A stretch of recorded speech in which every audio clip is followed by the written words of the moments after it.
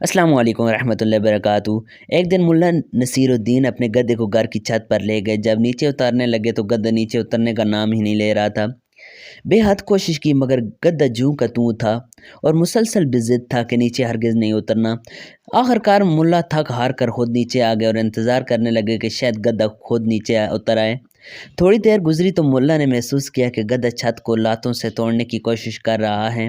ملا پریشان ہو گئے کہ چھت تو بہت نازک ہے، نہ اتنی مضبوط ہے، نہ اس کی متحمل ہے کہ اس کی لاتوں کو سہ سکے۔ ملا دوبارہ اوپر بھاگ کر گئے اور گدھے کو نیچے لانے کی کوشش کی، لیکن گدھا اپنی ضد پر اٹکا ہوا تھا اور چھت کو توڑنے میں مہو تھا۔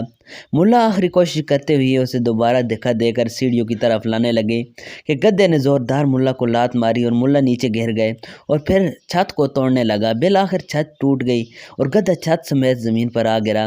ملا کافی دیر تک اس واقعے پر غور کرتے رہے اور اس سے 3 سبق اخذ کیے۔ اول، کبھی بھی گدھے کو مقام بالا پر نہیں لے جانا چاہیے۔ ایک تو وہ خود کا نقصان کرتا ہے، دوسرا خود اس مقام کو بھی تباہ و برباد کر دیتا ہے جس کا وہ، اور تیسرا اوپر لے جانے والے کو بھی نقصان پہنچاتا ہے۔ دوستو اس چینل کو سبسکرائب کریں، ویڈیو کو لائک کریں اور دوستوں کے ساتھ ضرور شیئر کریں۔